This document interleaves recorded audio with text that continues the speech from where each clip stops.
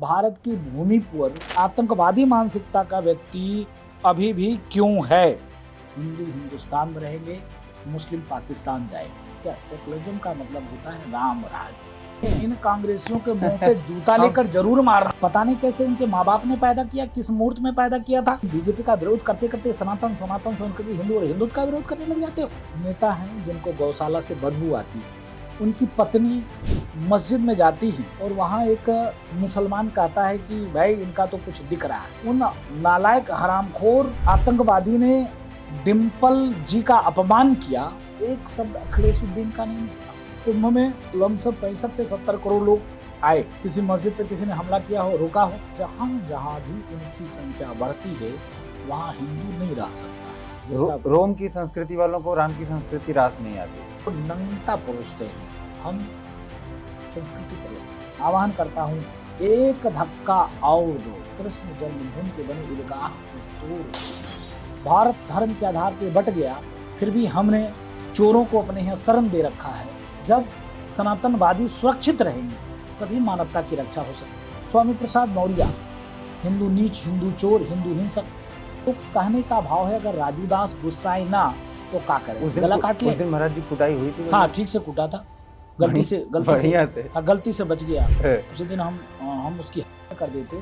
सीने ठोक के कहता हूँ, मुझको मरना स्वीकार है, लेकिन सनातन का अपमान बर्दाश्त नहीं।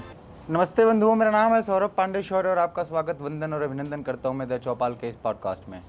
अनंत बलवंत श्री हनुमंत लाल जी महाराज के चरणों में प्रणाम करते हुए मैं आज के पॉडकास्ट की शुरुआत करना चाहूँगा, क्योंकि आज हमारे साथ जो व्यक्ति जुड़ रहे हैं वो किसी परिचय के मोहताज नहीं हैं। आप इन्हें हनुमान जी का सेवक कहिए, हनुमान जी के दास कहिए, या हनुमानगढ़ी मंदिर के महंत राजू दास जी महाराज, आपका बहुत बहुत स्वागत है, बहुत बहुत अभिनंदन है। जय श्री राम, श्री हनुमान जी महाराज की जय, सत्य सनातन वैदिक धर्म की जय, भारत हिंदू राष्ट्र की जय। दास कहेंगे तो अच्छा लगेगा, इसीलिए मैंने कहा ना सेवक और ना महंत, दास जी। दास भाव से कार्य और काम करेंगे तो समाज का भी कल्याण होगा और खुद का कल्याण होगा। जब आप महंत हो जाएंगे, जब आप फला हो जाएंगे, धमाका हो जाएगा तो दिक्कत होगा। जैसे लंका में जब जगत जननी जगदम्बा माँ सीता थी तो पहला कोई शुभचिंतक पहुंचा था तो श्री हनुमान जी महाराज पहुंचे। और हनुमान जी महाराज पहुंचे तो उन्होंने कहा, राम दूत मात जानकी सत्य शपथ करुणा निधान की। हे माता जानकी, मैं राम का दूत हूँ। ये नहीं कहा कि महाबली हनुमान, पवन पुत्र हनुमान, शंकर सुवन केसरी नंदन हनुमान। उन्होंने कहा रामदूत मात जानकी, हे माँ मैं राम का दूत हूँ, ये करुणा निधान की शपथ लेकर मैं कह रहा हूँ, ऐसे नहीं बोल रहा हूँ माँ। इसके नाते अगर दास कहेंगे तभी अच्छा लगेगा जी, जैसा आप उचित समझें। बाकी अभी मुझे आपसे ये जानने में रुचि हो रही है कि अयोध्या से आप यहाँ चल के आए हैं। अयोध्या में तभी बड़ा सुरम्य माहौल होगा, पंचकोसी 14 कोसी परिक्रमा का इस समय चल रहा है। क्या कुछ बदला है अयोध्या में पहले और अब में? आज देव उठौनी एकादशी है जी, और आज के डेट में अयोध्या में 8 लाख लोग हैं। 1 2 3 4 नहीं, 8 लाख लोगों ने, और ऊपर ही होगा इससे। मैं अनुमानित इसलिए मैं बता रहा हूँ क्योंकि अपना एक कैंप वहाँ पर लगा है हिंदू सुरक्षा सेवा संघ के नाम पर, जो हमने लमसम आज जो दवा का वितरण का कार्यक्रम किया है, भोजन का वितरण का कार्यक्रम किया है, आज हमने कम से कम 20,000 लोगों का भोजन वितरण का कार्यक्रम रखा था और 2 लाख लोगों का दवा वितरण का कार्यक्रम रखा था। दवा स्वाहा हो गया, साफ हो गया। तो इस अनुमान से मैं उम्मीद कर रहा हूं कि आज लमसम आज की जो परिक्रमा पंचकोसी की, अभी 2 दिन पहले 14 कोसी परिक्रमा थी, उस समय प्रशासन ने जो रिपोर्ट दिया है अनुमान से कहीं ज़्यादा, लमसम पंचकोसी और 14 कोसी मिलाकर अयोध्या में आज 4 दिन के अंदर लमसम 25 से 30 लाख लोग अयोध्या में हैं और 30 लाख लोगों ने परिक्रमा किया। 14 कोसी, पंचकोसी और राम दुआरे तुम रखवारे, होत ना गया बिन पैसारे, और सब सुख ले हो तुम्हारी शरणा, तुम रक्षक काहू को डरना। हनुमान जी का दर्शन पूजन करके और व्यक्ति अपने जीवन को धन्य कर रहा है। अयोध्या में गजब का परिवर्तन, अयोध्या में गजब का उत्साह, भूतो न भविष्यति। जिस राम मंदिर को लेकर हमारे पूर्वज ने, हमारे पूर्वाचार्यों ने, हमारे आचार्य ने, हिंदू जनमानस ने, सनातनियों ने प्राणों का बलिदान किया, संघर्ष किया, त्याग किया, तपस्या किया, रातों दिन एक करके एक लौ जगा के रखा। आपने देखा होगा लोकतांत्रिक व्यवस्था में, प्रजातंत्र में राम नाम बोलने पर सीना गोली से छलनी कर दिया मुल्ला मुलायम ने। तब आप समझो जब आक्रांताओं का, आक्रमणकारियों का, खरयंत्रियों का शासन रहा होगा, तो जो औरंगजेब सवामन जनेऊ तोलता था तो पानी पीता था, वो सीधे हम उसको स्वीकार, हम तो देखा नहीं, लेकिन जब डेमोक्रेसी में, लोकतांत्रिक व्यवस्था में राम मंदिर से मुझको लगता है हनुमानगढ़ी की दूरी 1 किलोमीटर रोड वाइज, बाकी आसमान से 300 मीटर। शहीद गली है दिगंबर अखाड़ा के सामने में, उसकी दूरी मुझको लगता है 1200 मीटर। आप जब जाएंगे राम की पैरी की दूरी 2 किलोमीटर। आप अयोध्या पुल सरजू मैया का लमसम 2.5 किलोमीटर, वहाँ पर लाश बिछे थे। क्या कसूर था? सिर्फ ये ना कि राम जी का मंदिर बनवाना चाहते राम थे। जी का मंदिर की भाव था उनका, पुनर्स्थापना, वो भी कि पुनः राम मंदिर का निर्माण हो। और उनके हाथ में न तो लाठी था, न डंडा था, न बम था, न कट्टे थे, न ईंट, न पत्थर था क्या? थैला। वो थैला में क्या था? तो लैया दाना। थैला में क्या था? तो सत्तू, नमक, मिर्ची। क्या सत्तू, नमक, मिर्ची से किसी को हानि हो सकती थी? तब भी गोली चला। तो आप समझो कि जब उन आक्रांताओं का, षड्यंत्रकारियों का, चोरों का, नीचों का, लुटेरों का जब शासन सत्ता रहा होगा, तब हिंदुओं के साथ जो हमारे इतिहास बताता है कि सवा मन जनेऊ तोलना। आप बताओ 7 गुरुओं की हत्या किसने कर दिया? औरंगजेब ने। बताओ, कोई बोलता है? अभी एक डिबेट पे था, गंगा जमुनी तहजीब के लोग बात कर रहे थे। मैं पूछना चाहता हूँ, जहाँ उन कौम, उन मजहब, उन संप्रदाय की शासन सत्ता होता है, वहाँ क्या जैन, क्या सिख, क्या बौद्ध, क्या पारसी, क्या यहूदी, क्या ईसाई कहाँ चले जाते हैं? अफगानिस्तान में भगवान बुद्ध की सबसे दुनिया की ऊंची प्रतिमा को बम लगा के उड़ा दिया। उड़ाने वाले कौन लोग थे? बताने की जरूरत नहीं। क्या इन 57 कंट्रियों में लोग, अन्य मतांतर पंथ के लोग कहाँ चले गए? अयोध्या जिस प्रकार से पीड़ित थी, परेशान थी, कराह रही थी, आज अयोध्या गुनगुना रही है, मुस्कुरा रही है। महाराज जी, आपने सबको गले लगा गंगा जमुनी तहजीब की बात की।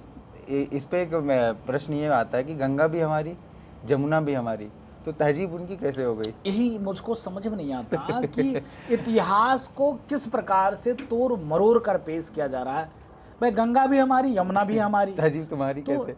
तहजीब उनकी कैसी? और तहजीब में भी कोई अपनत्व नहीं, भाईचारा नहीं, विश्वास नहीं, दृढ़ इच्छा शक्ति नहीं कि अन्य कौम को भी रहना चाहिए मेरे साथ। सिर्फ इस्लाम। बाकी आप देखो, हंसी आती है हमको। मंदिर से कहा जाता है धर्म की जय हो, अधर्म का नाश हो, प्राणियों में सद्भाव हो, विश्व का कल्याण हो। मंदिर से कहा जाता है, चाहे छोटा मंदिर हो चाहे बड़ा मंदिर। ये हमारे घर का छोटा सा आयोजन हो, उसमें भी कहा जाता है। इसके अलावा और कुछ नहीं कहा जाता है। लेकिन मस्जिदों में जब 5 वक्त की नमाज पढ़े जाते हैं लाउड स्पीकर लगाकर, तब क्या कहा जाता है? अल्लाह महान, उसके सिवा और इबादत की योग्य कोई नहीं, अल्लाह को ही पूजो, दूसरा के पूजने पर काफिर कहा जाता है। किसी ने विरोध किया? किसी ने आपत्ति किया? नहीं। दुर्भाग्य है देश का कि धर्म के आधार पर बंटवारा होना। हिंदू हिंदुस्तान में रहेंगे, मुस्लिम पाकिस्तान जाएंगे। पहला तो मैं इसी चीज़ का विरोध करता हूँ। मैं गांधी जी की आत्मा जहाँ पर भी होगा, मैं गांधी जी की आत्मा से मरने के बाद पूछूंगा कि भाई बाबा, तुमने ऐसा क्यों किया?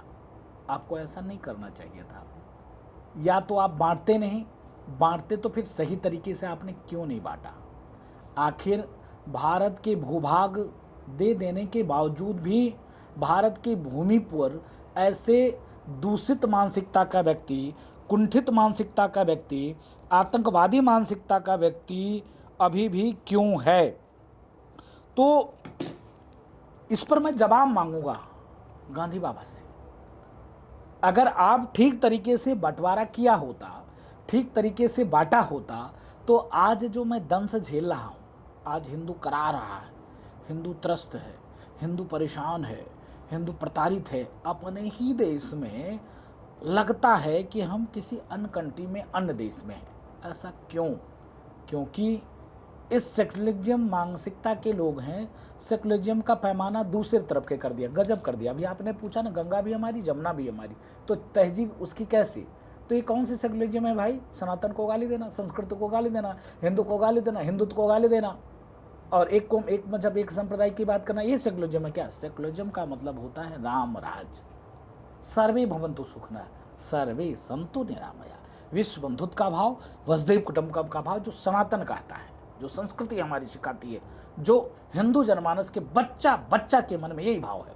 तो अयोध्या 500 वर्ष के त्याग तपस्या संघर्ष के बाद एक नीच चोर लुटेरा बाबर था, बलात्कारी, कुकर्मी, अधर्मी, जिसने पारब्रह्म परमात्मा भगवान श्री राम के उस मंदिर को विनष्ट करने का प्रयास किया, और जिस प्रकार से उसने विनष्ट किया, और आज जाकर जब लोकतांत्रिक व्यवस्था हुई, डेमोक्रेसी हुई, और डेमोक्रेसी में भी मैं फिर कहता हूं निवेदन पूर्वक, अगर मोदी जी प्रधानमंत्री नहीं होते और उत्तर प्रदेश में पूज्य योगी आदित्यनाथ जी महाराज मुख्यमंत्री नहीं होते, तो संभव नहीं था राम मंदिर का निर्माण।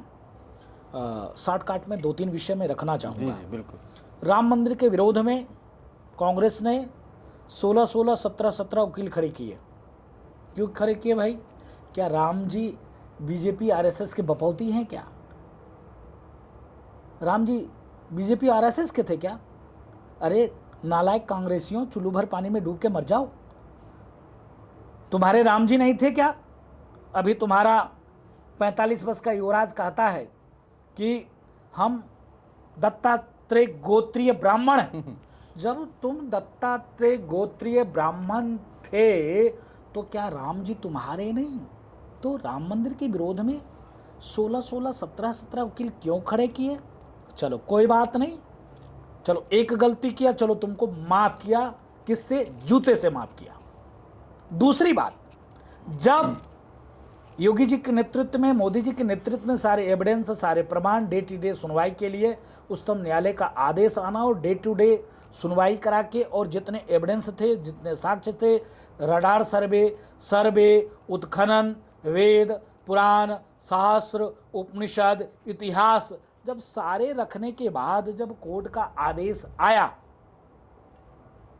मेरी वीडियो को चलाना जरूर। अरे बिल्कुल इन महाराज जी, कांग्रेसियों हम को, कुछ काटते नहीं हैं। इन कांग्रेसियों के मुंह पे जूता लेकर जरूर मारना। हम आयस एक ही चलाते हैं। जो अपने आप को दत्तात्रेय गोत्रीय ब्राह्मण कहते हैं, उनके मुंह पर जूता मारने की जरूरत है। इन्होंने देश को ठगा, इन्होंने देश को छला, इन्होंने हिंदुओं को खूब खूब प्रताड़ित किया, प्रताड़ना दिया। मैं फिर उस पर आऊंगा। तो जब आदेश आ गया, आदेश आने के बाद काला टेंट पहनकर, तिरपाल पहनकर आपके नेतागण, सांसदगण राष्ट्रपति के पास क्यों पहुंच गए कि अभी यह फैसले को रोका जाए, इससे बीजेपी को लाभ और फायदा मिलेगी? क्या राम मंदिर बनने से बीजेपी को लाभ और फायदा? क्या सैकड़ों वर्ष की त्याग तपस्या संघर्ष, जो लाखों 76 बार की लड़ाई में 5 लाख से ऊपर राम भक्तों ने प्राणों की आहुति दिया, त्याग किया, तपस्या किया, बीजेपी को लाभ देने के लिए? बीजेपी को तो लाभ सही में नहीं हुआ, क्योंकि बीजेपी तो अयोध्या से हार भी गई। बीजेपी को लाभ देने के लिए, उस विषय पे भी मैं आऊंगा। बीजेपी को लाभ देने के लिए यह कांग्रेसियों को, विपक्षियों को लाज शर्म नहीं? चुल्लू भर पानी में डूब के मर जाना चाहिए। पता नहीं कैसे उनके माँ बाप ने पैदा किया, किस मुहूर्त में पैदा किया था। उनकी भाव, इनकी भावना, उनकी मानसिकता इस प्रकार से दूषित है कि आप बीजेपी के विरोध करने के लिए दम तो है नहीं, लेकिन बीजेपी का विरोध करते करते सनातन संस्कृति, हिंदू और हिंदुत्व का विरोध करने लग जाते हो। फिर आता हूं तीसरी बात पर। काला टेंट, काला तिरपाल पहनकर दूसरी बात थी, आपने विरोध किया कि बीजेपी को लाभ मिलेगा।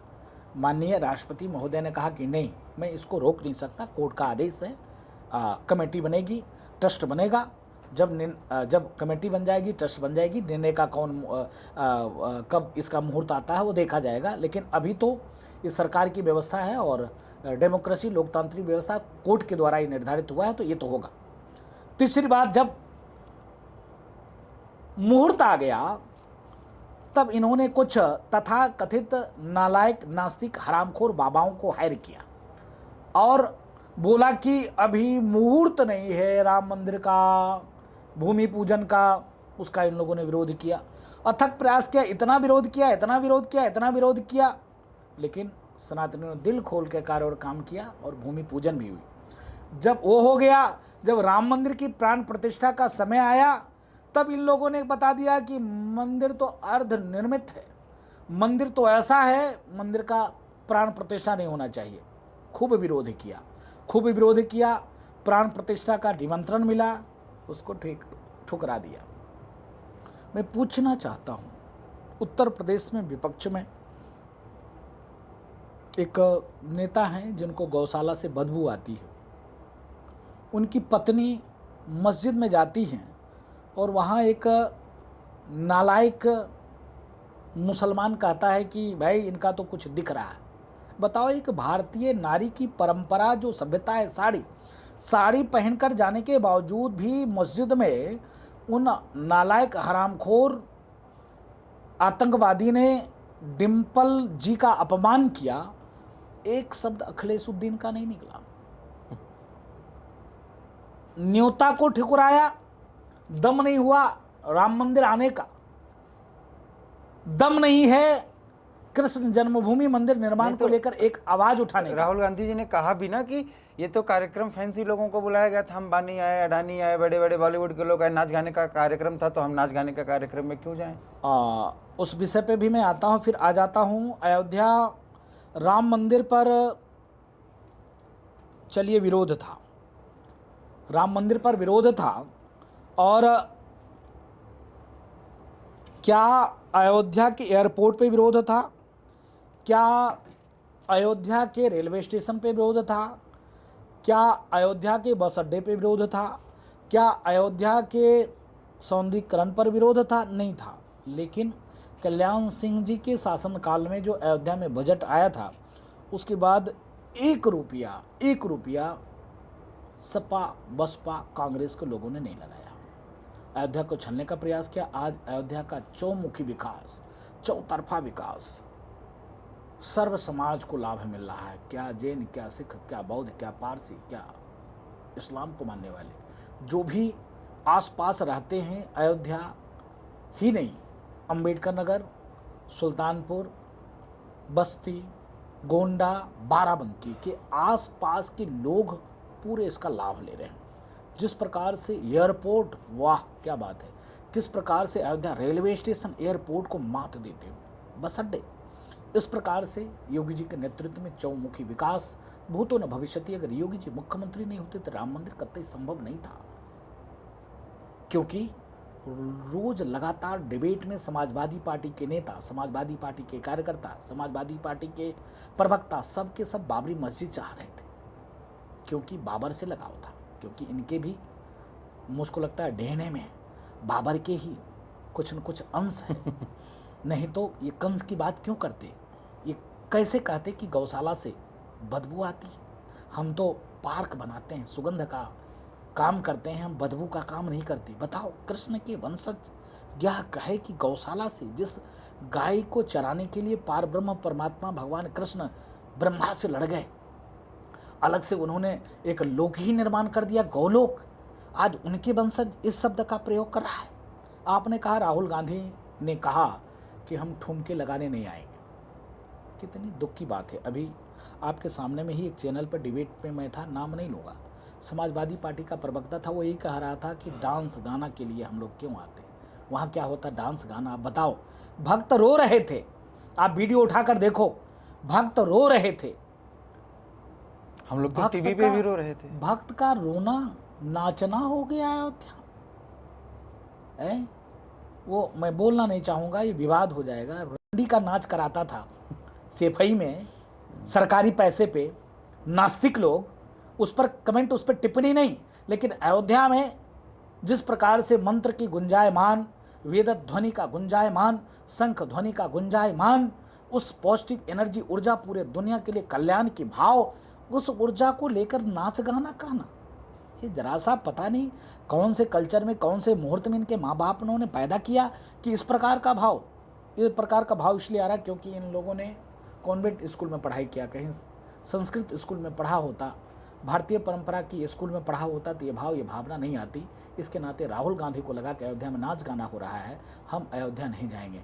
तो अयोध्या का करे के लिए आए रहे, हनुमानगढ़ी दर्शन करने आए थे। मैंने पूछा, मैं मंदिर में था संजोग से, जबकि मुझको रोका जा रहा था, फिर भी हम हनुमान जी की सेवा में थे, तो हनुमान जी की सेवा हनुमानगढ़ी में कौन निकाल सकता है। मैंने पूछा, हमारे अति स्नेही हैं, कांग्रेस के प्रदेश अध्यक्ष थे निर्मल खत्री जी, उन्होंने कहा राजू दास जी भैया से बोलिए कि प्रधानमंत्री बनेंगे। तो मैंने कहा विपक्ष में, विपक्ष की भी भूमिका है कि राम मंदिर कब कितना जल्दी बनेगा, इसके लिए सदन में ही आवाज़ उठाएं। भगे बहुत तेज। मैंने एक सवाल उनसे पूछ दिया कि संजोग से वही डेट था, 1 साल हो रहा था, 1 साल पहले उन्होंने कहा था मंदिर नौजवान जाते हैं लड़की छेड़ने के लिए। मैंने पूछा भैया आप भी लड़की छेड़ने आए कि भगे बहुत तेज। भाई कांग्रेसियों ने मंदिर के विरोध में 26 कानून बनाए, एक भी चर्च, एक भी गिरजाघर, एक भी मदरसा सरकार ने एक्वायर क्यों नहीं किया है। 5 लाख से ऊपर मंदिरों को सरकार ने एक्वायर करके रखा है। आप देखो कि मदरसे में धार्मिक शिक्षा देने की आज़ादी है, लेकिन हमारे यहाँ वेद पुराण शास्त्र की पढ़ाने का अनुमति नहीं है। एक देश में दोहरा चरित्र, 2 संविधान, कैसे चलेगा। इस प्रकार से कांग्रेसियों ने चला, इस प्रकार से कांग्रेस ने देश को तोड़ने का प्रयास किया। कांग्रेस समाप्त होते होते योगी जी, मोदी जी के नेतृत्व में भी आज जिस प्रकार से एक समाज में जहर, समाज में द्वेष घोल रही है, आप कहोगे कि बाबा होकर सिर्फ एक पार्टी की आप बात कर रहे हो, क्यों। इसलिए क्योंकि मैं आभार व्यक्त करता हूं मोदी जी का और धन्यवाद व्यक्त करता हूं देश के यशस्वी प्रधानमंत्री मोदी जी का और उत्तर प्रदेश के यशस्वी मुख्यमंत्री योगी आदित्यनाथ जी महाराज का। जिस प्रकार से दोनों महापुरुषों ने कार्य और काम करना प्रारंभ किया है, मुझको लगता है पूरी दुनिया में सनातन का मान, सम्मान, वैभव बढ़ा है। पूरे दुनिया में हिंदुस्तान का नाम मोदी जी के नेतृत्व में बढ़ा है। आज पूरे दुनिया में बुलडोजर बाबा के नाम से योगी जी जाने जाते हैं। क्या कोई दम है किसी नंगे का, गुंडे का, बदमाश का उत्तर प्रदेश में कुछ करने का। बाबा नंगा कर देता है, बाबा डंडा कर देता है, बाबा डेंटिंग पेंटिंग कर देता है, बाबा लाल कर देता है। आप जिस प्रकार से मदरसों में शिक्षा दी जाती है एक कौम, एक मजहब, एक संप्रदाय, लेकिन जब नमाज पढ़ के मस्जिद से बाहर आते हैं तो रोड पर गाड़ी तोड़ना, दूसरे को दुकान तोड़ना, सरकारी वाहनों को फूंकना, काहे सिखाया जाता है भाई। आपने देखा होगा अयोध्या में कई लाख, अभी हमने कहा ना, इतनी भीड़ अगर कहीं होती, वापस जाता तो क्या स्थिति हो जाती, कहीं ना कहीं कुछ। सही बात है। अगर ये दूसरे कौम का होता तो क्या होती, कहीं होता भी नहीं है। अभी तक आपको कोई रिपोर्ट आया, मैंने कहा ना कि 30 से 35 लाख भीड़ अयोध्या में हुई हो, कहीं से वीडियो आया किसी की दाढ़ी पकड़ लिया, किसी को मारा होगा। कुछ नहीं। जबकि कई लोग वहाँ व्यवसाय करते, व्यापार करते, रोजी करके, रोजगार करते, धंधा करते, चाहे तो क्या नहीं कर सकते, क्या नहीं कर सकते। आपने देखा कुंभ में लमसम 65 से 70 करोड़ लोग आए, किसी मस्जिद पे किसी ने हमला किया हो, रोका हो, लेकिन आप देखो इनकी मन, मस्तिष्क, मानसिकता, जहाँ जहाँ भी इनकी संख्या बढ़ती है वहाँ हिंदू नहीं रह सकता है। जिसका रोम की संस्कृति वालों को राम की संस्कृति रास नहीं आती। नहीं, रोम की संस्कृति वालों को राम की संस्कृति रास वाकई में नहीं आएगी, क्योंकि उनकी कल्चर, उनकी भाव, उनकी भावना, उनकी विचारधारा कभी हमारे विचार से मेल नहीं खाया है।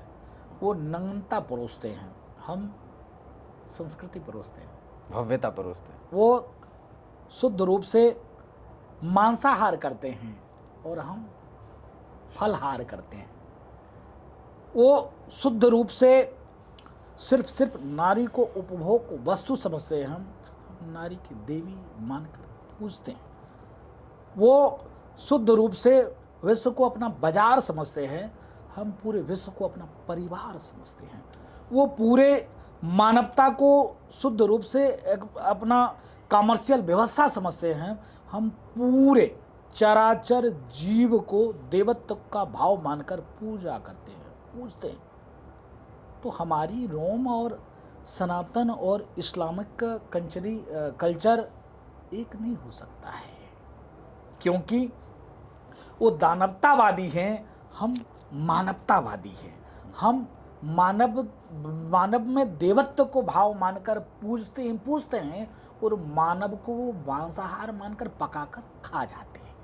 तो कहाँ से हो सकता है? सही हमारी बात। उनकी बराबरी नहीं हो सकती, कभी नहीं हो सकती, कतई नहीं हो सकती है। देखो आप, अभी त्यौहार, आज का जो त्यौहार है, आज तुलसी माता की पूजा होगा।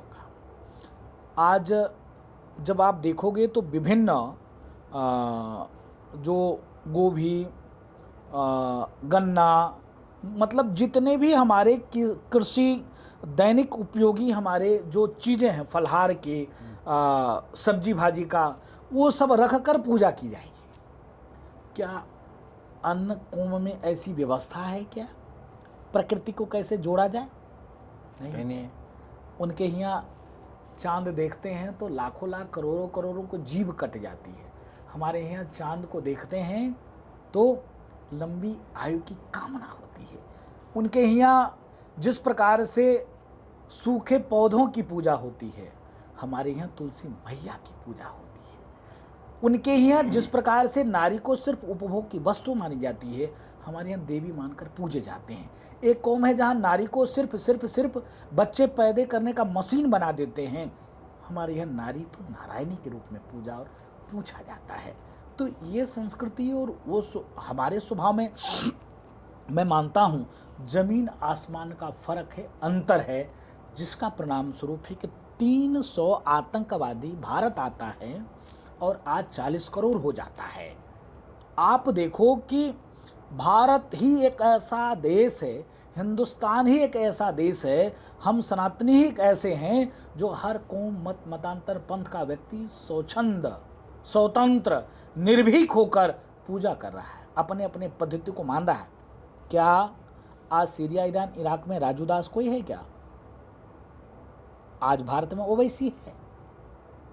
सही बात।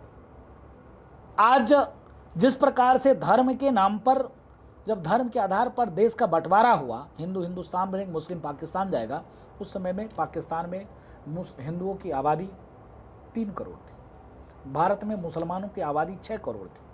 आज 6 से 40 करोड़ हो गया, और वहाँ पाकिस्तान में 3 करोड़ से कितने हो गए? 3 करोड़ से 25 के आसपास हैं, तो अभी 30 करोड़ तो हैं पाकिस्तान के मुसलमान। पाकिस्तान में हिंदुओं की अच्छा, हिंदू की आबादी तो खत्म ही, आबादी 3 करोड़ थी, अभी मुश्किल से 10 लाख भी नहीं होगी, और आज लाखों में आ गया। 10 लाख तो आपने बहुत बोल दिया, लाखों में आ गया। मैं सिख और हिंदुओं की मिलाकर आज बांग्लादेश में हिंदुओं की आबादी उस समय में 40% थी, आज 5% हो गई।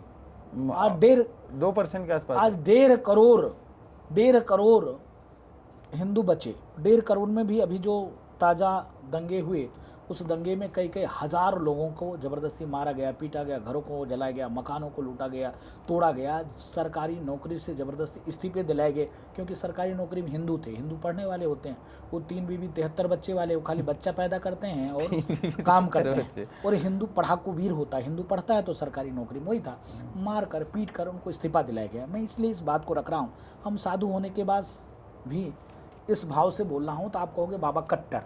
बाबा कट्टर इसलिए है कि कई गुरुओं की हत्या किसने किया? मुस्लिम आतंकवादियों ने किया।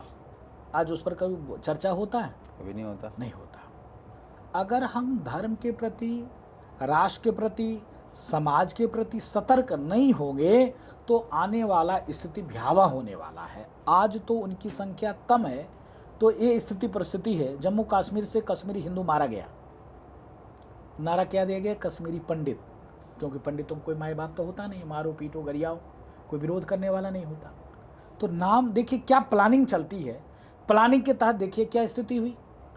तो कहने का भाव है कि जहाँ पर भी मुसलमानों की जनसंख्या ज़्यादा होती है, वहाँ हिंदू कम और ख़त्म होते चले जाते हैं। आज देश में बड़े मात्रा पे ईसाई मिशनरियों के द्वारा कार्य हो रहा है, बड़े मात्रा पे, बड़े पैमाने। सैकड़ों वीडियो आपको मैं उपलब्ध करा दूंगा उस वीडियो में आप देखोगे एक पादरी ऐसे छूता है, महिला नाचने लगती, गिर पड़ती। हालेलुया दादा। एक पादरी बिस्लरी का बोतल उठाता है और कुल्ला कर देता, अगला व्यक्ति ठीक हो जाता है। एक पादरी एक 4 फीट के पानी में एक हिंदू महिला चाहे पुरुष को बोरता है, निकालता है, बाहर शुद्ध हो जाती है। सैकड़ों सैकड़ों वर्ष गंगा स्नान करने से तुम नहीं शुद्ध हो पाए, तो क्या थूकने और मूतने वाले पानी में तुमको बोरने और निकालने से शुद्ध हो जाओ? शुद्धता मिल रही है। आप देखो इस्लाम में, सनातन में पर्दा प्रथा है, अगर जेठ है तो जेठ के सामने में नारी नहीं पढ़ सकती, ससुर के सामने में नारी नहीं पढ़ सकती। वहाँ देखो कि पति ने तलाक बोल दिया, तो तलाक बोलते ही अगर 7 पराये पुरुष से संबंध बना लिया तो शुद्ध हो गई। खतना, हलाला, किसी भी मस्जिद में महिलाओं की एंट्री क्यों नहीं है? क्योंकि मुसलमान कामुक होते हैं, नारी को नहीं छोड़ सकते। इस पर कभी डिबेट, कभी चर्चा, कभी संवाद नहीं। तो जहाँ जहाँ भी मैं इस विषय को इसलिए उठा रहा हूँ, इस बात को इसलिए रख रहा हूँ, हिंदू जग जाओ, हिंदू आँख खोलो। सोते रहोगे तो एक समय था पूरे दुनिया में तुम ही तुम थे। आज संस्कृति, इतनी महान संस्कृति होने के बावजूद भी तुम कम और ख़त्म क्यों हो रहे हो? कभी तुमने आकलन क्या? कभी तुमने सोचा क्या कि ऐसा हमारे ही साथ क्यों हो रहा है? बहुसंख्यक समाज का व्यक्ति जिसको हर प्रकार की स्वतंत्रता हो, पहनने का, ओढ़ने का, खाने का, पीने का, फिर भी हम ही कम और ख़त्म हो रहे हैं। यहाँ तक कि देखो हमारे यहाँ मंदिरों में सिर्फ लिखा रहता है जेब कतरों से सावधान, जूते चप्पल बाहर निकाल कर आए। वहाँ देखो मस्जिदों में लिखा रहता है ये धर्म, ये जाति, ये जाति, ये जाति, ये जाति, ये जाति के लोग नहीं आएंगे, इस मस्जिद में आएंगे, नहीं तो आपके साथ कुछ होता है उसके जिम्मेदार आप खुद होंगे। आप देखो उनके यहाँ धर्म के आधार पर मस्जिद क्राइटेरिया है, ये जाति के इस मस्जिद में आएंगे, ये जाति के इस मस्जिद में आएंगे। आपने देखा होगा क्या सीरिया, ईरान, इराक, लेबनान में कोई संघ विचार परिवार के लोग हैं, कोई राजू दास है? आए दिन बम धमाका मस्जिद में क्यों होता है? कभी गौर किया, कभी चिंता किया, कभी चिंतन किया? नहीं। आ जाते हैं फादर की तरफ। फादर और सिस्टर कह के शारीरिक संबंध बना लेते हैं। यहाँ सिस्टर कह के उनकी जन्म जन्मांतर तक रक्षा करते हैं। एक बार बहन कह दिया तो बड़ी सभा में जब उसकी साड़ी खींची जा रही थी, खुद गोविंद भाग के आया, उसकी रक्षा किया। ये हमारे यहाँ कल्चर है सिस्टरों की। और इस प्रकार से उनके यहाँ आप देखोगे कि दफनाने की भी उनके यहाँ जो संडे को जो वो जब चर्च में भी उनके यहाँ क्राइटेरिया तय है, दफनाने में भी उनके यहाँ क्राइटेरिया तय है। हमारे यहाँ क्या राजा, क्या रंग, क्या फकीर, क्या साधु, क्या महात्मा, सब एक ही घाट पे वहीं जलाया जाता है, एक ही भाव से। तो कहने का मतलब है सनातनियों जग जाओ, नहीं जगोगे तो तुम्हारा कोई नाम लेने वाला नहीं बचेगा। जबकि सनातन अजन्मा अद्वितीय है, ना आदि है अंत है। लेकिन कम तो हो रहे हैं पूरे दुनिया में, हम ही हम थे। आज कम क्यों हो रहे हैं, ख़त्म क्यों हो रहे हैं? क्योंकि तुम कट्टर नहीं हो, तुम खच्चर होते चले जा रहे हो, दूसरे के समान ढोते चले जा रहे हो। इसके नाते आप गुरुकुल की तरफ आइए। पूरी दुनिया आपने देखा होगा, मैं आपको बताना चाहूँगा, अदर कंट्रियों में मैंने देखा कुछ ऐसे कंट्री हैं जहाँ मेरे लोग हैं, वार्ता होती है, बोलते नींद नहीं आती है, नींद की गोली खाते हैं। यहाँ हिंदू दिन भर कार्य करता है, गिरता है, पता चलता है कि सो गया। क्यों? क्योंकि इतना वो झंझावात में व्यस्त हैं और हिंदू इतना सनातन में मदमस्त है। इसके नाते दुनिया सनातन की ओर आ रही है। लेकिन तुम हिंदू कट्टर नहीं हो रहे हो, तुम हिंदू कट्टर होना पड़ेगा। हम हिंदू को जाति सड़ी हुई, मैं फिर कहता हूँ, मेरी बात अन्यथा मत लेना, हम जाति को ख़त्म नहीं कर सकते, लेकिन जाति के अहंकार को ख़त्म कर सकते हैं। हम बेटी का संबंध नहीं कर सकते, लेकिन हम रोटी का संबंध जरूर कर सकते हैं। प्यारे हिंदुओं, जग जाओ, चेत जाओ, हिंदुओं को एक करो। हम सब हिंदू, आपने देखा होगा आपने देखा होगा यादव का भी गोत्र, ब्राह्मण का भी गोत्र, ठाकुर का भी गोत्र एक है। क्यों है? हम लोग किसी एक ऋषि के संतान हैं और हम सबके पूर्वज एक हैं।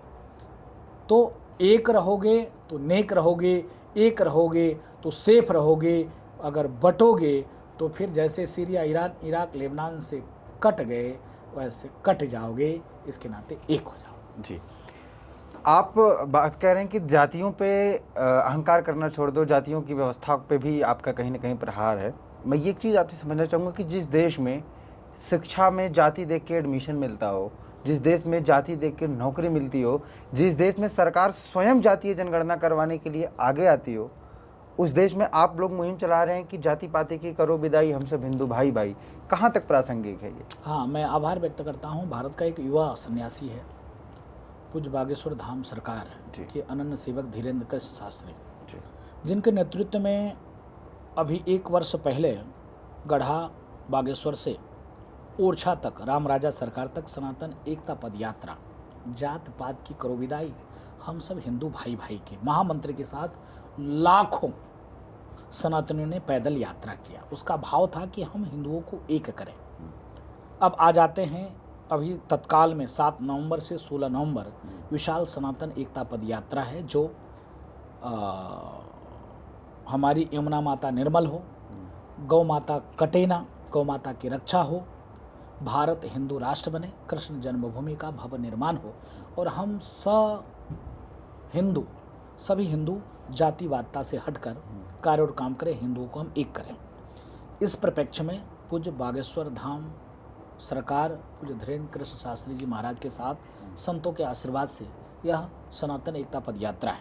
आपने कहा कि जिस देश में स्कूल का एडमिशन जाति आधारित हो, आरक्षण जाति आधारित हो, नौकरी जाति आधारित हो, उस देश में आपकी इस यात्रा का क्या लाभ?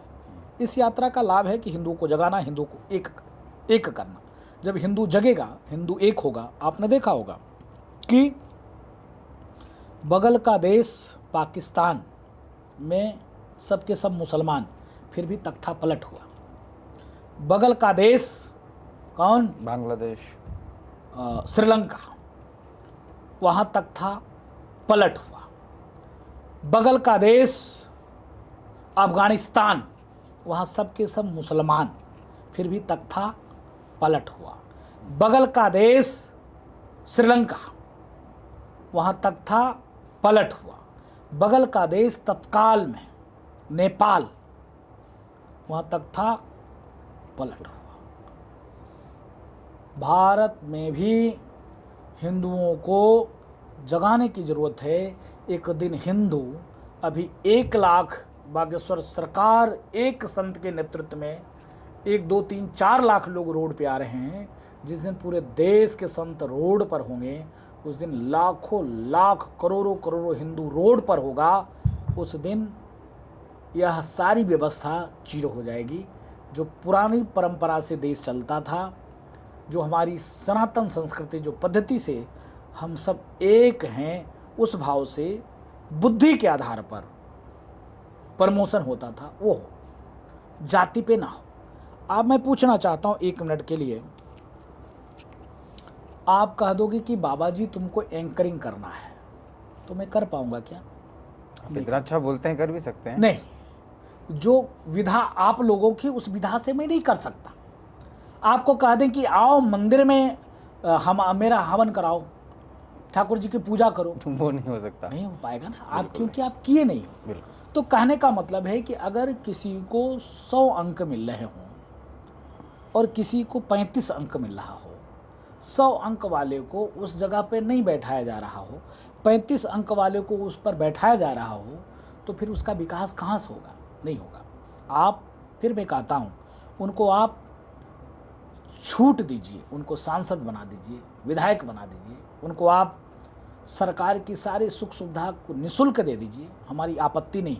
हमारी आपत्ति है कि राजू दास को वेद मंत्र उपनिषद नहीं आता, उपनिषद का ज्ञान नहीं, शास्त्र का ज्ञान नहीं, तो उस गद्दी पे आरक्षण के नाम पर उस गद्दी पे नहीं बैठाई जा सकती है। वो होना चाहिए योग्यता आधारित सिलेक्शन। योग्यता के आधार पर सिलेक्शन होना चाहिए। हाँ, जो दबे हैं, कुचले हैं, शोषित हैं, वंचित हैं, उसके लिए सरकार सारी व्यवस्था फ्री आप कास्ट करें, पूरे खानदान का, फिर आप कास्ट उसकी व्यवस्था करो। मैं डंके की चोट पे कहता हूं, भारत विश्व गुरु हो जाएगा और भारत का उत्थान होगा।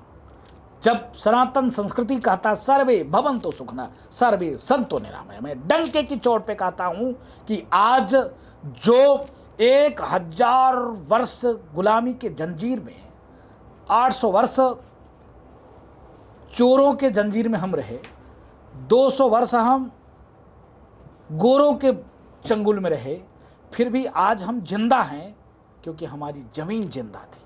हमारी सनातन संस्कृति, हमारी गौशाला, हमारी विद्यालय, हमारे संत, हमारे मुनि, हमारे महात्मा, हमारे मठ, हमारे मंदिरों ने शिक्षा दिया क्या? सर्वे भवन्तु सुखिनः सर्वे सन्तु निरामया, विश्व बंधुत्व का भाव, वसुधैव कुटुम्बकम का भाव दिया, जिसका परिणाम स्वरूप है कि भारत में हर कौम, हर मजहब, हर संप्रदाय का व्यक्ति संतुष्ट है, सुखी है, प्रसन्न है। हर व्यक्ति अपने अपने तरीके से पूजा पाठ कर सकता है, क्योंकि हम हिंदू बहुसंख्यक हैं। इसके नाते जिस दिन हम अल्पसंख्यक हो जाएंगे उस दिन संविधान रखा रह जाएगा, हमारी सारी रीति नीति रखी रह जाएगी और हम खत्म हो जाएंगे। इसके नाते हम लोगों ने हिंदुओं को एक करने के लिए सनातन एकता पद यात्रा पूज्य धीरेन्द्र कृष्ण शास्त्री जी महाराज के नेतृत्व में हिंदुओं को एक करने के लिए, जाति के अहंकार को खत्म करने के लिए और भारत का कैसे उत्थान हो, कैसे भगवान कृष्ण की भव्य राम मंदिर कृष्ण जन्मभूमि निर्माण हो। जैसे डंके की चोट पर अयोध्या में लोग नारा देते थे, एक धक्का और दो, बाबरी मस्जिद तोड़ दो, बच्चा बच्चा राम का, जन्मभूमि का काम का। उसी प्रकार से मैं आह्वान करता हूँ, एक धक्का और दो और कृष्ण जन्मभूमि पे बने ईदगाह को तोड़ दो, भव्य कृष्ण जन्मभूमि मंदिर का निर्माण करो। क्योंकि आज सनातन की सरकार है, संस्कृति की सरकार है। दुख तब होता है जब देश का विपक्ष उन चोरों, नीच और लुटेरा का महिमा मंडन करने लग जाते हैं, उनके विचार में चलने लगते हैं। जब भारत धर्म के आधार पर बट गया, फिर भी हमने चोरों को अपने यहाँ शरण दे रखा है। जिस प्रकार से रोहिंग्या बांग्लादेशी बढ़ रहे हैं, डेमोग्राफी चेंज हो रहा है। अभी आपने देखा होगा कई जगह का सर्वे आया, इतने तेजी से डेमोग्राफी में परिवर्तन, इस पर सवाल कोई नहीं उठाता। इसके नाते इस सनातन एकता पद यात्रा हिंदुओं को जगाने के लिए है। ठीक है, सरकारी विधान है आरक्षण, हम आरक्षण के विरोधी नहीं हैं, लेकिन हम सिस्टम के विरोधी हैं। सिस्टम में परिवर्तन करो, तरीकों में परिवर्तन होना चाहिए। सिस्टम में परिवर्तन करो। जब सिस्टम में परिवर्तन करोगे तो दुनिया के कोने कोने में जो बुद्धिजीवी वर्ग के लोग भारतीय हैं वो भारत आएंगे। जी, अब हम आते हैं आपके कुछ बयानों पे। कहा जाता है संत हृदय नवनीत समाना, लेकिन आप कभी कभी कुछ ऐसा बोल देते हैं कि बहुत दूर तक बात चली जाती है। जैसे कुछ आपके स्टेटमेंट मैं अगर रिमाइंड कराऊं, आपका एक स्टेटमेंट वो बहुत वायरल हुआ था कि बाबा जी टेस्टिंग कर देंगे, अखिलेश जी को जूते पड़ेंगे, और आपके फेवरेट वाले तो स्वामी प्रसाद मौर्य ही हैं, जिन्होंने भी हाल ही में बयान फिर से दे दिया कि जय श्री राम नारा ही इसलिए बनाया गया ताकि मस्जिदों को तोड़ सकें, ताकि सारी वक्फ की प्रॉपर्टी पे अपना क्लेम ठोक सकें। तो क्या हो जाता है, मतलब ये बहुत गुस्सा आता है आपको कि यार ऐसे कैसे कोई बोल सकता है? साधु पथ प्रदर्शक होता है, मार्गदर्शक होता है। साधु अगर किसी की चाटुकारिता में आ जाएगा तो फिर ये देश धर्म नहीं बचेगा। साधु को खड़ग होना चाहिए। साधु नरम भी है और साधु गर्म भी है। साधु नरम इतना है कि साधु कहता है सर्वे भवन्तु सुखिनः सर्वे सन्तु निरामया। साधु गर्म ये है कि कहता है धर्मो रक्षति रक्षता, धर्म की रक्षा तुम करोगे, धर्म तुम्हारा रक्षा करेगा। हम धर्म आधारित बात करते हैं।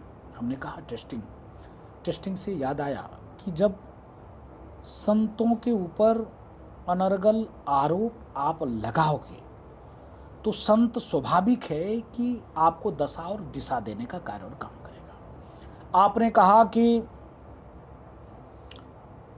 आपने स्वामी प्रसाद मौर्य को ऐसे बोला। पूछना चाहता हूँ, क्या स्वामी ही नहीं, आपने देखा होगा अभी कुछ दिन पहले रामनवमी थी। रामनवमी में भगवान राम की एक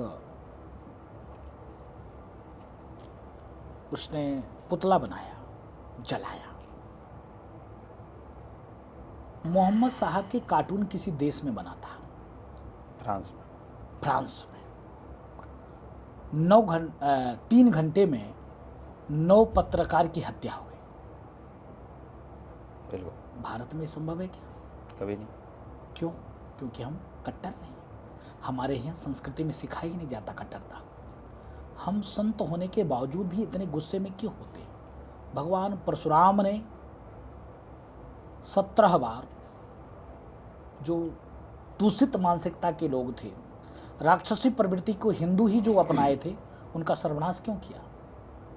वो तो अपने ही सौजन्य थे, अपने ही भाई बंधु सखा थे, क्यों मारा? इसीलिए ना, उनकी मानसिकता दूषित हो गई थी। वो विधर्मी थे, वो शुद्ध रूप से मांसाहार करने लग गए थे, शुद्ध रूप से दारू पीने लग गए थे, शुद्ध रूप से व्यभिचार करने लगे थे। तब भगवान परशुराम को लगा कि हम इनको समाप्त करें।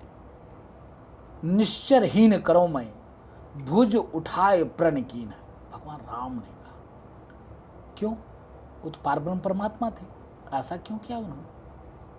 इसलिए क्योंकि जब तक हम दुष्टों का धर्म की जय तभी होगा जब अधर्मियों का हम सर्वनाश करेंगे। मानवता का रक्षा तभी होगा जब सनातनवादी सुरक्षित रहेंगे, तभी मानवता की रक्षा हो सकती है। तो इसके नाते हम स्वामी की कुटाई किया। आज तकलीफ होती है स्वामी जिंदा क्यों है। स्वामी नहीं जिंदा होता तो अच्छा रहता, क्योंकि लगातार वो सनातन पे टिप्पणी कर रहा है। सनातन उन्मूलन करके कार्यक्रम चलाया टीएमके के लोगों ने, स्टालिन परिवार ने कई दिनों तक सनातन को गाली दिया। आज तक मलेरिया, अरे महाराज, डेंगू मलेरिया तो चलो चलाऊ है, ऐसे ऐसे शब्दों का प्रयोग कर दिया जिसका जवाब नहीं। बिहार का एक शिक्षा मंत्री था चंद्रशेखर, उसने रामचरितमानस के बारे में इतना अभद्र टिप्पणी किया। स्वामी प्रसाद मौर्य, हिंदू नीच, हिंदू चोर, हिंदू हिंसक, गौरी गणेश पे टिप्पणी, शक्ति पे टिप्पणी। तो कहने का भाव है, अगर राजू दास गुस्साए ना तो क्या करे, गला काट ले। उस दिन महाराज जी कुटाई हुई थी। हाँ, ठीक से कूटा था, गलती से हाँ, गलती से बच गया। उसी दिन हम उसकी हत्या कर देते तो आज इतना महाराज जी आप कैमरे पे ये बात कह रहे हैं तो कौन गलत कह रहा है भाई? जो व्यक्ति सनातन हिंदू को चोर कहे, नीच कहे, अधर्मी कहे, कुकर्मी कहे, उसको जीने का अधिकार है क्या? तो राजू दास फांसी चढ़ जाएंगे चलेगा, राजू दास मर जाएंगे चलेगा, लेकिन सनातन का अपमान नहीं सहेंगे। मुझको फिर कहता हूँ, सीने ठोक के कहता हूँ, मुझको मरना स्वीकार है, लेकिन सनातन का अपमान बर्दाश्त नहीं है। क्या करेंगे जीकर जब भगवान राम को गाली दे? क्या करेंगे जीकर जब भगवान कृष्ण को गाली दे? क्या करेंगे जीकर जब रामचरितमानस को फाड़े जलाए प्रतिबंध करने की बात करे? तो जीना धिक्कार है, मर जाना स्वीकार है, जीना स्वीकार नहीं। तो दिक्कत क्या है? मरेंगे या तो मारेंगे, करो या मरो भाई। अब तो यही आ गया, करो या मरो। सनातन पे टिप्पणी, संस्कृति पे टिप्पणी, भगवान राम को जलाना, भगवान कृष्ण पर टिप्पणी करना कि ये तो महिलाओं का वस्त्र चुराते थे, भगवान भोले पर टिप्पणी, ये तो राजूदास बर्दाश्त नहीं करेंगे। वो नास्तिक हिंदू होगा, नालायक हिंदू होगा, जिसके खून में कुछ न कुछ मिलावट होगा, वही हिंदू स्वीकार करेगा। राजूदास कभी कत्ते स्वीकार नहीं कर सकते। मरना स्वीकार है, लेकिन इस प्रकार के मानसिकता वाले लोगों को छोड़ना स्वीकार नहीं है। आप ही के गिरिश जनपद के एक और महाशय हैं जो आपको लेकर बड़ा मुखर रहते हैं, हमेशा उल्टा सीधा बात करते हैं।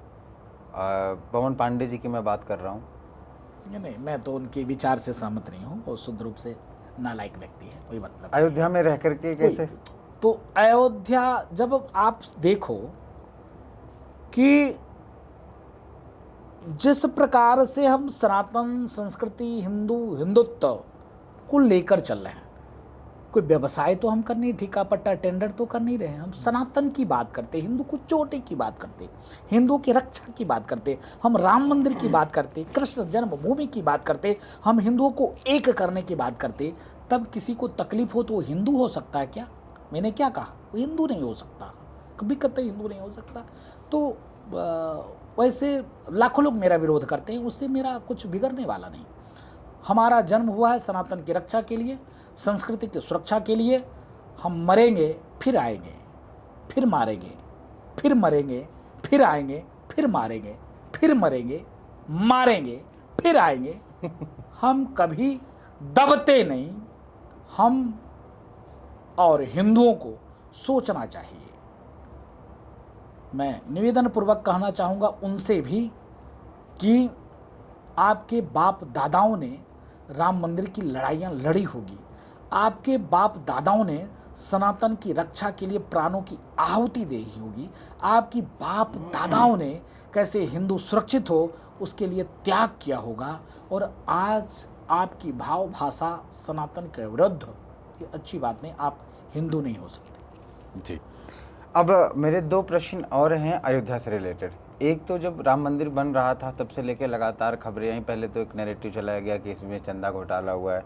दूसरा जो सबसे यक्ष प्रश्न रहा, अयोध्या की हार के बाद भी समीक्षकों ने कहा कि नहीं, ये भी एक कारण रही, भूमि अधिग्रहण जो हुआ, जितने वहाँ पे मंदिर के बाद जो भी चीज़ें डेवलप की गई, सड़कें बनाई गई या जो भी सुविधाएं भक्तों के लिए, यात्री आश्रय गृह बनाए गए, बस स्टॉप आपने बताया बनाया गया, राजर्षि दशरथ मेडिकल कॉलेज बनाएगा, इन सब में जो है इसमें अनियमितताओं की बड़ी शिकायत आई। ऐसा कहा गया कि स्थानीय लोगों की भरपूर, कुछ लोगों के पास, बेचारों के पास कागज पत्र नहीं थे, उनको उचित मुआवजा नहीं मिल सका, उनको बेघर कर दिया गया, जिनकी दुकानें वहाँ छोटी मोटी चल रही थी उनको हटा दिया गया। कितनी सत्यता है इस बात में? जीरो बराबर भी सत्यता नहीं। तो फिर हारी क्यों अयोध्या? मैं बात को रख रहा हूँ। पहला विषय था आपका कि कौन सा विषय था पहला आपका? यही कि मतलब अयोध्या में जैसे दो चीजें थी कि अभी एक तो अधिग्रहण वाले को लेकर के आया, दूसरा एक था कि चंदा चोरी का भी आरोप लगा। पहला विषय आपका था कि राम मंदिर की उसमें घोटाला, घोटाला के लिए आरोप कौन लगा रहा है? विपक्ष। हाँ, विपक्ष में भी कौन लगा रहा है? कांग्रेस, सपा, आम आदमी पार्टी, जिसने बाबरी मस्जिद की पैरोकारी किया, जिसने निहत्थे राम भक्तों की सीना गोली से छलनी किया, जो आज और अभी तक राम मंदिर दर्शन करने नहीं गए, वो विरोध कर रहे हैं, क्योंकि वो जल रहे हैं, कुढ़ रहे हैं, परेशान हैं, त्रस्त हैं। इतना विरोध करने के बावजूद भी ये मोदी और योगी संघ विचार परिवार ने मंदिर कैसे बना दिया? तो कुछ नहीं मिला तो चंदा चोरी का आरोप लगा दिया। 1 रुपया उसने दिया नहीं और वो चोरी का आरोप मेरे ऊपर लगा रहा है। वो शुद्ध रूप से निरर्थक था, निराधार था।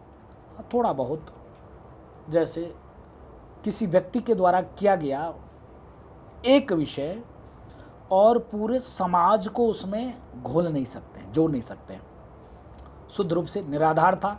उसका पुरजोर विरोध हमने किया, निंदा किया, और एक आध प्रवक्ताओं को मैंने जूता से पीटा भी। उसके बाद वो डिबेट बंद हो गया। दूसरी बात पे मैं आता हूँ। आपने कहा कि बीजेपी इतना एयरपोर्ट, बस अड्डे, 14 कोसी, पंचकोसी, अयोध्या में लमसम पंचकोसी परिक्रमा के अंतर्गत विभिन्न कुंड हैं, तालाब है, उसका सौंदर्यीकरण। अयोध्या में 14 कोसी, पंचकोसी रिंग रोड, 14 कोसी नेशनल हाईवे, 14 कोस में विभिन्न देवी देवताओं के तीर्थस्थल पुनरुद्धार। अयोध्या में ही जो जातिवाद के नाम पर लोग लड़ते हैं, अयोध्या में लमसम 65 मंदिर हैं जो अन्य जातियों के नाम पर बने हुए। तेली राम जानकी मंदिर, कुर्मी पंचायती राम जानकी मंदिर, लोहार राम जानकी मंदिर, भर राम जानकी मंदिर, निषाद राम जानकी मंदिर, ऐसे मंदिरों को भी योगी जी ने 1.5 करोड़, 2 करोड़, 3 करोड़ देकर पुनरुद्धार किया। आपने कहा बस अड्डे बन गए, एयरपोर्ट बन गए, रेलवे स्टेशन बन गए, चौचक व्यवस्था, नया घाट से लेकर शहादतगंज तक इतनी सुंदर रोड की चौड़ीकरण के अलावा खूब सुंदर पेंटिंग, खूब सुंदर लपालप लाइट, नई अभी की व्यवस्था की। फिर भी हम क्यों हार गए? हम अयोध्या हारे नहीं। अयोध्या में हम 20,000 वोट से चुनाव जीते हैं कैसे? अयोध्या विधानसभा। अच्छा, विधानसभा की जहां बात जहां हम ये काम किए। लेकिन आपने क्या कहा? मैंने तो लोकसभा की बात ना की। ना ना ना, आपने क्या कहा? आपने कहा कि मुआवजा, तो मुआवजा कहाँ हमने दिया? अयोध्या में काम अयोध्या में किया। लेकिन हारे कहाँ से? वीकापुर। हारे कहाँ से? रुधौली, जहाँ कोई मुआवजा का बात ही नहीं था, जहाँ कोई चोरीकरण हुई नहीं, जहाँ किसी भी प्रकार से कोई प्रशासन का कोई दबाव ही नहीं था। मिल्कीपुर। तो महाराज जी ये बताइए, बीकापुर। राम मंदिर का सुन तो इन्फ्लुएंस तो लीजिए। पूरे देश में था। सुन तो लीजिए, मिल्कीपुर, बीकापुर, जी। रुधौली, दरियाबाद ही नहीं, अपितु आसपास के तमाम लोकसभा हार गए। वही नहीं, कई लोकसभा हारे। जहां हमने काम किया वहां हम चुनाव जीते हैं। जहां हमने इस प्रकार के कार्य नहीं किया था वहां चुनाव हारे हैं। उसका कारण क्या था? वोट चोरी। वोट चोरी किसने किया? सपा, बसपा, कांग्रेस ने। क्या कहा कि ये संविधान बदल देंगे, हम सबके अकाउंट में खटाखटा जीतते खटाखट रुपया देंगे। इस आधार पर जनता भ्रमित हो गई। इसके नाते जनता ने वोट उधर किया। आज जनता कराह रही है, जनता आज रो रही है, जनता कह रही कि हाँ हमने गलतियां की। कौन सा संविधान बदल गया? संविधान बदलने के नाम पर इन लोगों ने वोट लेकर डराया था ना। इन लोगों ने इसलिए डराया कि बीजेपी की सरकार बन जाएगी तो मुसलमानों को मारकर भगा देंगे। कई मुसलमान भगा दिया गया। सबसे ज़्यादा आज के डेट में भारतीय जनता पार्टी के नेतृत्व में आईएएस पीसीएस बने हैं मुसलमान। कांग्रेस ने कभी नहीं बनाया। कौन मुसलमान को भगा दिया? कौन सा किसका आरक्षण खा गया? कौन सा संविधान बदल दिया? तो इन लोगों ने वोट चोरी किया। जीत हारने का कारण था ये कालनेमी लोगों ने जनता को दिग्भ्रमित कर दिया, वोट चोरी किया। हम हारे नहीं हैं, जीते। राम जी की शासन सत्ता, राम जी के विश्वास अटल है, अडिग है। ये कोई कह दे कि नहीं हम राम मंदिर का निर्माण किए फिर भी हार गए। जिस जगह पर हमने राम मंदिर का कार्य किया, विकास का कार्य किया, चौमुखी अयोध्या से लेकर फैजाबाद के उस महानगर तक में, हम वहाँ से 20,000 वोटों से चुनाव जीत कर आए। जी, अब मैं अयोध्या से ही, चूँकि हनुमानगढ़ी से हमारी भी अपनी व्यक्तिगत आस्था भी जुड़ी हुई है, मैं ये ऑन कैमरा इसे एक्सेप्ट करता हूँ। हनुमानगढ़ी जी के जब भी हम बात करते हैं वहाँ पे एक परंपरा बचपन से मैं भी देखता हूँ, गद्दी नशीन परंपरा जो चल रही है गुरुदेव की, महाराज की। ये महाराज जी मैं समझना चाहूँगी ये क्या परंपरा है, क्योंकि ये अपने आप में मतलब ऐसा शब्द, ऐसी व्यवस्था मुझे लगता है हनुमानगढ़ी के अलावा और भारत के किसी और मंदिर में देखने को मिलती नहीं। हाँ, पहले तो मैं शुभारंभ करूँगा, इसमें थोड़ा सा वक्त लूँगा और इसको पूर्णता दिखाइएगा। जी। हमारे जगत गुरु रामानंदाचार्य भगवान ने कहा है कि जात पात पूछे ना कोई, हरि को भजे सो हरि का होई। उन्होंने कबीर को भी शिष्य बनाया, मीरा को भी शिष्य बनाया, रविदास को भी शिष्य बनाए। तमाम विचार पंथ संप्रदाय के विचार को फॉलो करने वाले को उन्होंने शिष्यत्व स्वीकार किया, शिष्य बनाया। उसका मुख्य केंद्र बिंदु है हनुमानगढ़ी, अखिल भारतीय पंच रामानंदी निर्वाणी अनि अखाड़ा। हमारे जगतगुरु हमारे बालानंदाचार्य भगवान ने अखाड़ों की संरचना किया। जब छोटे छोटे राजा आपस में लड़ते थे सीमा विस्तारीकरण के लिए, दास प्रथा के लिए, वो धर्म से विमुख होकर लड़ाई में कभी काल गौ माता को भी आगे कर देते थे, मंदिर को भी आगे करते थे। क्योंकि हिंदू होता था कट्टर, तो वो धनुष्बाण गौ माता पे, मंदिर पे नहीं चलाता था। जब लगा कि देखो हिंदुओं की इस प्रकार की मानसिकता है अपने शासन सत्ता के लिए, तब उन्होंने एक नागा सेना बनाई और 12 वर्ष तक हमारे यहाँ उसको शिक्षा दी गई। शुभारंभ किया गया गौशाला से। जगत गुरु बालानंदाचार्य भगवान ने 3 अखाड़े की संरचना किया, निर्वाणी, निर्मोही, दिगंबर। ये 3 अखाड़े के अंतर्गत जितने भी वैष्णव समाज के हमारे लोग हैं वो आते हैं। और पूरे वैष्णव जगत में हमारे 3 अखाड़े, और 3 अखाड़े के अंतर्गत लाखों संत, महात्मा, महामंडलेश्वर जगतगुरु हैं। सबका भाव एक ही है, भावना एक ही है, सनातन की रक्षा, सुरक्षा। और उस समय में जब छोटे छोटे राजा आपस में लड़ते थे, मरते थे, तो धर्म की लड़ाई जीरो हो गया था, शून्य हो गया था। तो धर्म की लड़ाई के लिए नागा सेना बनाया गया, और नागा सेना का मुख्य केंद्र बिंदु सिद्धपीठ हनुमानगढ़ी बनाएगी, क्योंकि हनुमानगढ़ी में हनुमान जी का वास था। जब पारब्रह्म परमात्मा भगवान श्री राम वन को जाने लगे तो हनुमान जी महाराज का राज्याभिषेक हुआ है। वहाँ पर जो गद्दी नशीन की परंपरा है, हमारी यहाँ पंचायती परंपरा है, हमारे यहाँ 4 प्रमुख महंत होते हैं। पट्टी उज्जैनिया पूज्य हमारे गुरुदेव भगवान पूज्य महंत संतराम दास जी महाराज, पट्टी बसंतिया पूज्य महंत रामचरण दास जी महाराज, पट्टी हरिद्वारी पूज्य महंत मुरलीदास जी महाराज, पट्टी सागरिया पूज्य महंत ज्ञानदास जी महाराज। अलग अलग पट्टी का ये नाम है, क्योंकि हम उज्जैन से हमारे पूर्वज थे, इसके नाते उज्जैनिया नाम रखा गया। गंगा सागर से पूर्वज थे, उनका सागरिया पट्टी नाम रखा गया। हरिद्वार से जो हमारे पूर्वज थे, संत थे, उनको हरिद्वारी पट्टी नाम रखा गया। पंचवटी नासिक से जो थे, उनको बसंतिया पट्टी नाम रखा गया।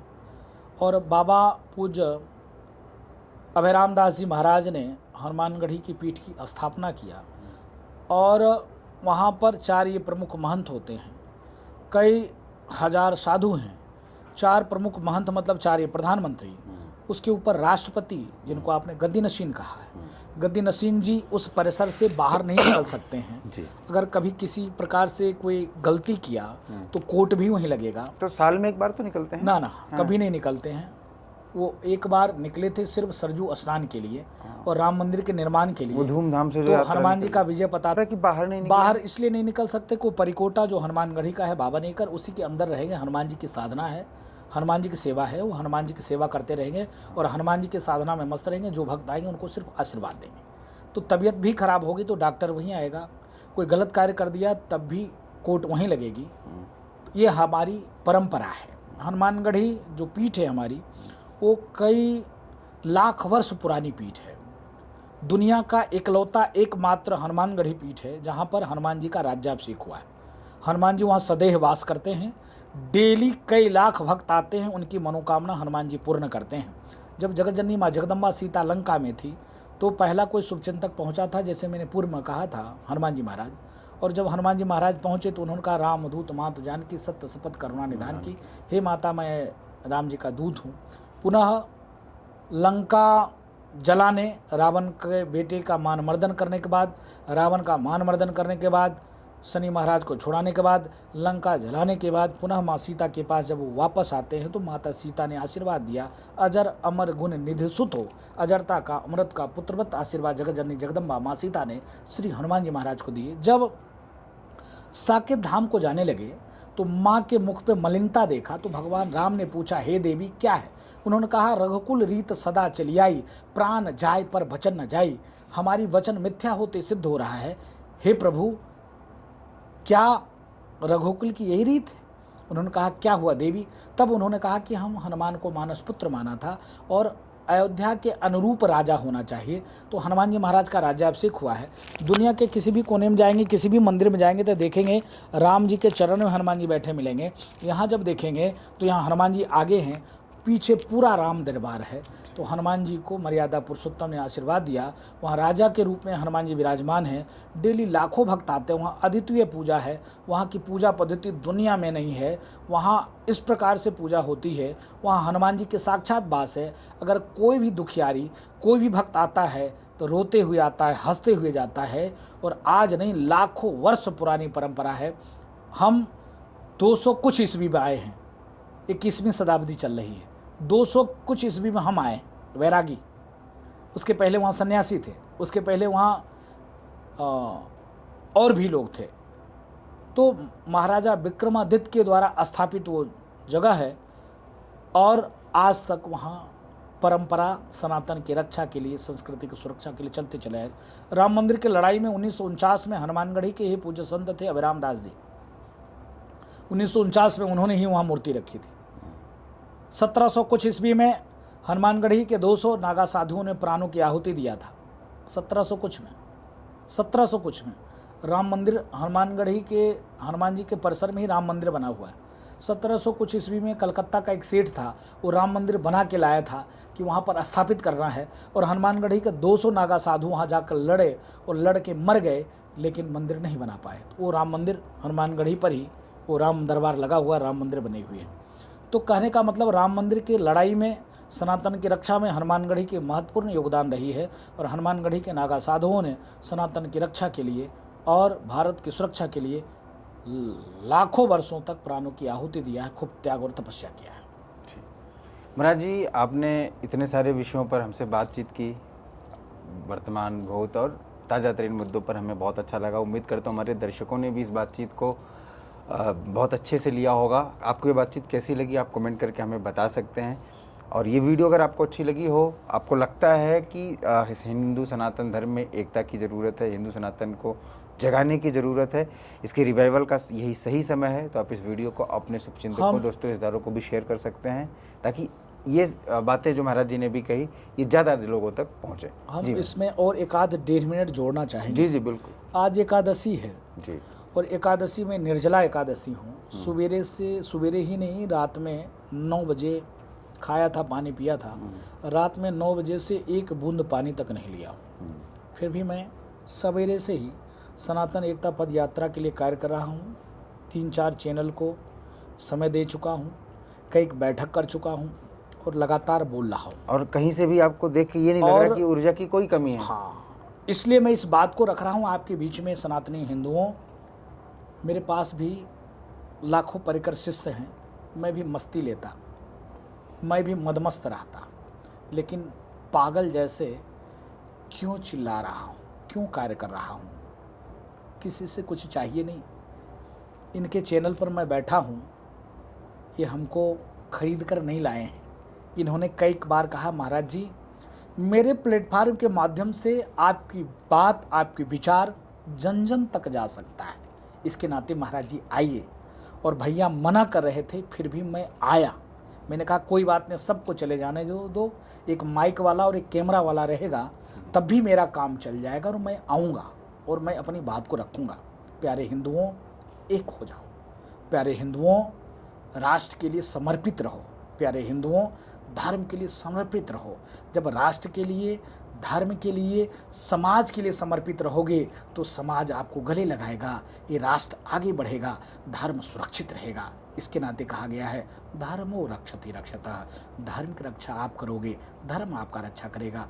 पर्यावरण की सुरक्षा आप करोगे, प्रकृति आपकी सुरक्षा करेगा। संस्कृति की रक्षा आप करोगे, परमात्मा आपकी रक्षा करेंगे। इसके नाते बहुत बहुत आभार, बहुत बहुत धन्यवाद। हमारी कुछ बातें आपको कड़वी लगेगी, लगे अच्छी बात है, क्योंकि हम बाबा हैं और बाबा स्वार्थी नहीं होता, मतलबी नहीं होता। हम दूसरे टाइप के डॉक्टर हैं जो आपको इंजेक्शन लगाएंगे, तबीयत आपकी ठीक होगी। बाद में तुम जिंदा रहो या ना रहो, तुम्हारे बाल बच्चे कहेंगे कि हाँ, हमारे बाप दादाओं ने त्याग किया, तपस्या किया, संघर्ष किया, तब हम और आप बचे हुए हैं। नहीं तो महाराज पूरे दुनिया में हम थे, आज नहीं हैं, क्योंकि हमारे कुछ लोग बुजदिल थे जिन्होंने घुटने टेक दिए, आज खत्म हो गए। हम घुटने टेकने वाले नहीं हैं, प्राणों की आहुति देने वाले हैं। हमारे पूर्वजों ने घास की रोटी खाना पसंद किया, सिख गुरुओं ने प्राणों की आहुति देना पसंद किया, धर्मांतरण स्वीकार नहीं किया। उन सिख गुरुओं के बलिदान को मत भूल जाओ प्यारे हिंदुओं। कट्टर अगर कोई हिंदू है तो सिख है, जिसने सनातन की रक्षा के लिए अपने बच्चों को दीवार में चुनवा दिया।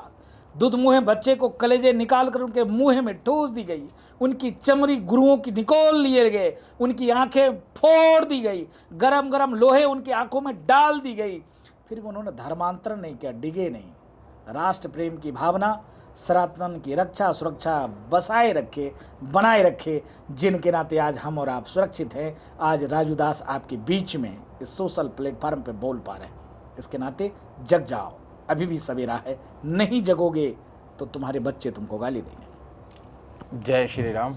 भारत माता की जय, सत्य सनातन वैदिक धर्म की जय, भारत हिंदू राष्ट्र की जय। पूरे दुनिया का कल्याण हो, विश्व का कल्याण हो। यह भाव, इस भावना के साथ पवनो पवन कुमार खल बल पाव ज्ञान धन जास हृदय आगार वसह राम सर चावधर। बोल बजरंग बली की जय। नासै रोग हरे सब पीरा जपत निरंतर हनुमत बलवीरा। भूत प्रेत निकट नहीं आवे और महावीर जब नाम सुनावे। तो हनुमान जी को याद करते हुए राष्ट्र का कार्य करिए, समाज का कार्य करिए और आगे बढ़ते रहिए। बहुत बहुत मंगल कामना और बहुत बहुत साधुवाद, आभार, धन्यवाद।